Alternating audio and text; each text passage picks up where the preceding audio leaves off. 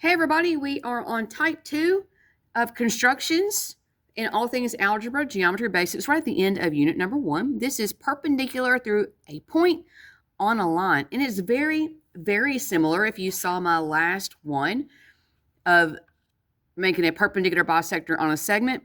Same kind of concept. They want us to draw a perpendicular bisector through one point. Now that is to say, this right here would be the P. So we first have to create the segment AB. We have to find out what those are. So for the one I've done. So there would be like your P right there, and we would have to create the J and the K. That's going to be your first step. All right, so we've got a point. You're going to put your sharp end on P, and you're going to create an A and a B, because see, there's not one there. And then you're going to do the perpendicular bisector steps, the one that I just got through doing. You're going to have your sharp end on A. You're going to make sure your compass is over halfway and draw an arc. Don't move your compass. Put it on B, sharp end on B, point B, not letter B. And then make a big, gigantic arc called a semicircle if you want to, if it's a half circle. Or you make two circles for all that. It doesn't really matter. You're looking for where they cross at the top. And then you want to use that as your second point and draw yourself a perpendicular bisector. And if that didn't make a lick of sense, let's go through the steps. Okay, I'm on number 1 down here. I want to make a perpendicular bisector through R. That is to say, I want to draw a line going up and down that goes through that point, that dot R, that makes a 90-degree angle, and it's going to bisect on either side. Another 2 letters. Okay, so the first thing I want to do is I want to create those two segments, those two end points. So I'm going to put my sharp end on the dot for R. Now, I'm going to make this quite a bit smaller because on this side, there's not a lot of room over here, and I'm going to need that. So I'm going to use a smaller compass. Okay, so I've got my end points of the segment, if you will. I'll put those as A and B. So earlier on my video doing perpendicular bisectors, I was having you guys kind of eyeball where I thought the middle would be. Well, here is what they are saying the middle should be. This is where the intersection of the perpendicular bisector will be. So I'm going to draw a perpendicular bisector through that dot. It's going to make a 90-degree angle on either side, and it's going to bisect my new AB segment. Okay, one more time. If you are a teacher and you're just kind of making sure you understand how to do this, make sure that when the student understands when they make their first arc, which has to be wider than the middle, that they don't change it after that. So as you can see, if I leave it alone, I'm not going to have any intersection at the top because the distance from the point to the pencil has to be wider than the middle. So I have to open this up. And that should do it. Just as long as it's a little bit, over where I would eyeball the middle to be, since we know where the middle is already. All right, so I'm not going to change this. I'm going to get my sharp end on the dot for A. The point A, I got it over halfway. I'm going to make a minor arc. A minor arc is an arc that's smaller than 180 degrees. A semicircle would be straight up 180.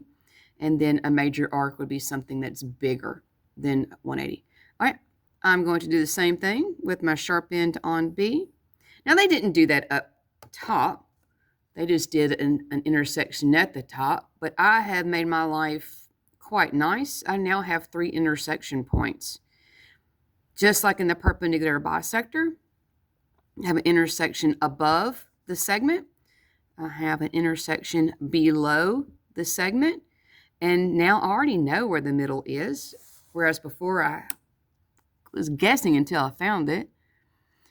All right, so put your ruler right up to your C dot. Make sure your ruler's up to your D dot. Okay.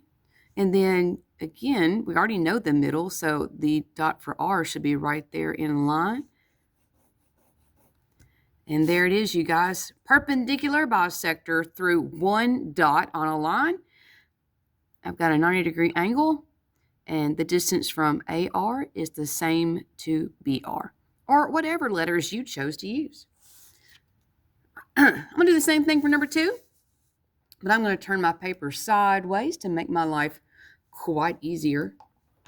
All right, first thing I need you to do is understand that this R is the middle of a segment that I need to create. So I need a dot on the left and a dot on the right, equal distance from the R. All right, so you see my compass right now is too large. It goes beyond the original segment. So I'm going to enclose that more. Okay, so I'm going to draw myself a little arc on the right of the R. On the left of the R. I felt my compass move.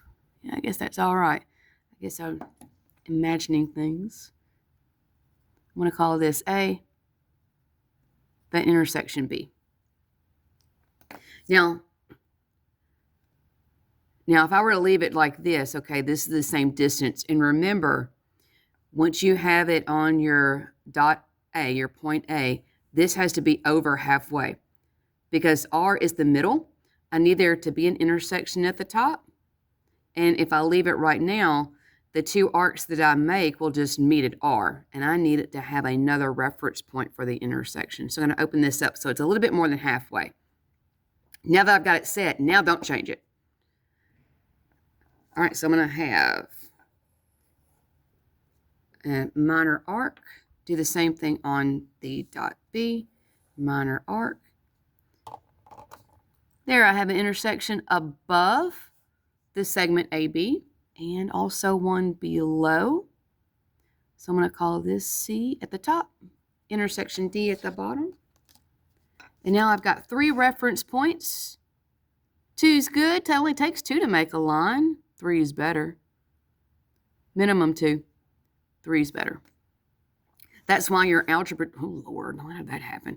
That's why your algebra teacher, when you were learning how to do slope, they didn't want you to just do rise and run just one time, up and over, up and over. They wanted you to do it several times just to make sure you're more accurate. So if you're wondering, hey, what am I going to keep doing this? Rise, run, rise, run, rise, run, just to make sure you have a more accurate line. Well, there it is, ladies and gentlemen. I have a perpendicular bisector through the dot R that's on a segment or a line in this case, and that's all I had. All right, well, that's how you do it, you guys. That was type 2, perpendicular through a point on a line. And if you have any questions, let me know. I will get back to you, I promise that. And stay tuned for type 3.